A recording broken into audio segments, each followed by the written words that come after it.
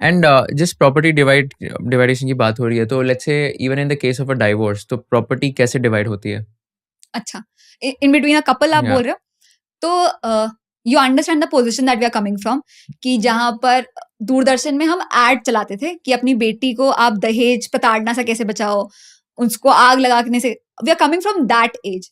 Dowry prohibition act है, domestic violence act है, and we are seeing बहुत सारे ऐसे केसेस हो रहे हैं। तो इंडिया का लॉ ये कहता है कि all the property that belong to a woman is hers alone. तो अगर शादी से पहले उसको कोई प्रॉपर्टी है, वो उसकी है। शादी के वक्त उसको कोई प्रॉपर्टी मिल रही है, वो उसकी है। शादी के बाद काम करने के बाद वो कोई प्रॉपर्टी है, वो भी उसकी है। That all properties her alone, उसको स्त्रीधन क्वालिफाई कर लेते हैं।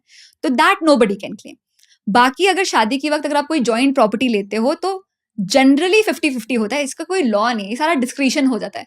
जैसे डाइवोर्स के केसेस में आप देखते हो कि दोनों कपल्स की एजुकेशनल क्वालिफिकेशन कितनी है, अगर वो जॉब कर रहे तो कितना अर्न कर रहे, डिपेंडेंसी, चाइल्ड केयर कौन दे रहा है, ये सारी चीजें देखते हुए देखा जाता है। तो this not a hardcore rule.